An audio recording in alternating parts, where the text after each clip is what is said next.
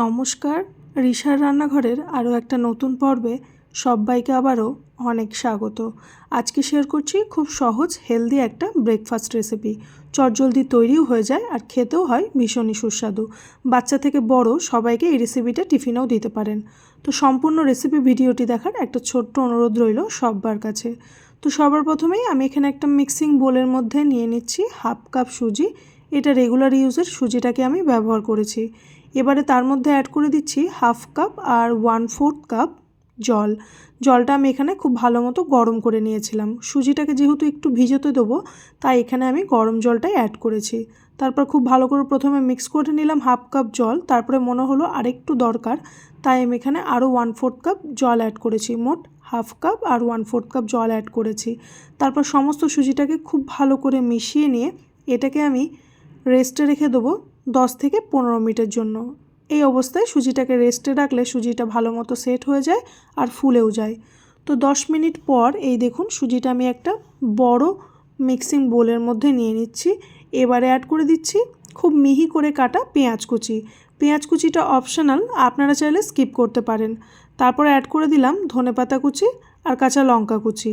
এবারে অ্যাড করে দিচ্ছি অল্প লবণ, স্বাদ মতো চিনি।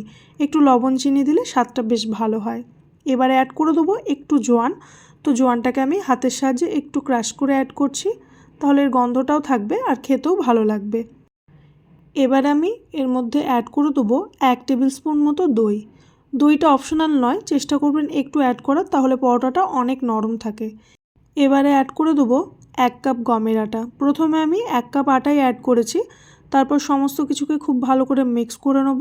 জলের ব্যবহারটা প্রথমেই করব না, আস্তে আস্তে প্রয়োজন বুঝে এখানে জল অ্যাড করব। তো এখানে আমি জলের আগেই আমার এখানে আটার একটু প্রয়োজন হয়েছে, তাই এখানে আটা অ্যাড করেছি।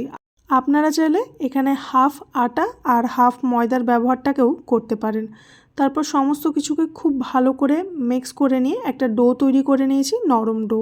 এরপরে ওপর থেকে অল্প পরিমাণ তেল অ্যাড করে দিচ্ছি। তেলটা দিয়ে খুব ভালো করে ডোটাকে আরেকবার মেখে নেব। মেখে নিয়ে 1 থেকে 2 মিনিট মতো মেখে নিয়ে এটাকে 5 থেকে 10 মিনিটের জন্য রেস্টে রেখে দেবো। এর বেশি রেস্ট ডোটাকে দেওয়ার দরকার নেই। এবারে 10 মিনিট পর ওই ডো থেকে আমি একটা বল নিয়ে নিচ্ছি। এবারে হাতের সাহায্যে গোল করে শুকনো আটা লাগিয়ে এটাকে রুটির মতো বেলে নেব। আমি এখানে গোল শেপটা দিয়েছি, আপনারা চাইলে আপনাদের পছন্দ অনুযায়ী শেপটাকে দিতে পারেন। যেভাবে রুটি পরোটা বেলা হয় সেভাবেই আমি বেলে নিয়েছি। এবারে আগে তাওয়াতে তেল বা ঘি ছাড়া একটু সেঁকে নেব এপিট ওপিট। তারপর আপনাদের পছন্দ অনুযায়ী ঘি বা তেল অ্যাড করতে পারেন। আমি এখানে অল্প তেলে পরোটাগুলোকে সেঁকে নিয়েছি। এপিট ওপিট একটু লাল করে সময় নিয়ে ভাজলেই পরোটাগুলো রেডি হয়ে যাবে। তো হাফ কাপ সুজি দিয়েই আর গমের আটা দিয়ে হেলদি আর টেস্টি এই পরোটাটা একবার বাড়িতে বানিয়ে দেখতে পারেন। যে কোনো তরকারি, নিরামিষ বা আমিষ হোক, বা চাটনি বা টক দইয়ের সাথেও অপূর্ব লাগে। একবার হলেও ট্রাই করে দেখতে পারেন। বাচ্চাদের টিফিন বক্সেও এই পরোটাটাকে দিতে পারেন, অনেকক্ষণ পর্যন্ত নরম থাকে। আর ব্রেকফাস্ট ডিনারেও এগুলোকে খেয়ে দেখতে পারেন। ভীষণ টেস্টি, আর সুজি ব্যবহার করেছি, তার সাথে হেলদিও। খুব সামান্য তেলে এগুলোকে সেঁকে নিয়েছি।